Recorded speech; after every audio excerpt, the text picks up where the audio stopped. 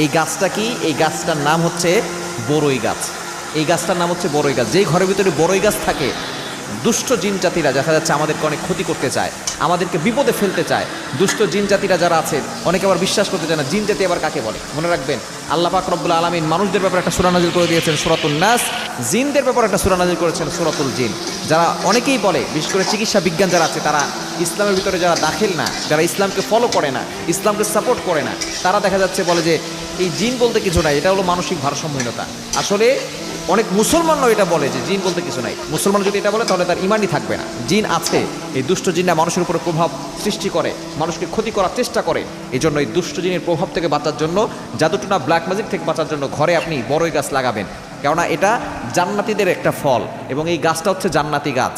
এই জান্নাতি গাছটা যদি আপনার ঘরের ভিতরে থাকে, বরকত আসবে, অভাব দূর হবে এবং আপনারা সকলে 5 ওয়াক্ত নামাজ পড়বেন, দেখবেন সকল বিপদ আপদ